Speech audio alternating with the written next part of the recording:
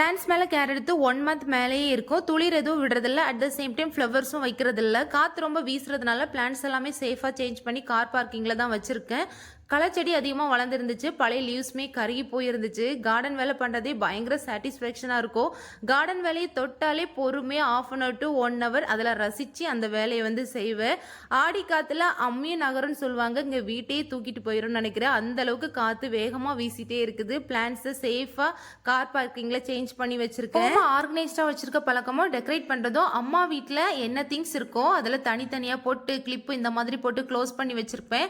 அங்கே என்ன திங்ஸ் இருக்கோ அதை வச்சு டெக்கரேட் பண்ணி நீட்டாக மெயின்டைன் பண்ணுவேன். கர்டனில் 2 கலர் சூஸ் பண்ணியிருந்தேன். சைடில் போட்டிருக்க ரெண்டுமே டிரான்ஸ்பரண்டாக ஒயிட் கலரில், சென்டரில் இருக்கக்கூடியது சாட்டின் கிளாத்தில் பேஜ் கலரில் வாங்கியிருந்தேன்.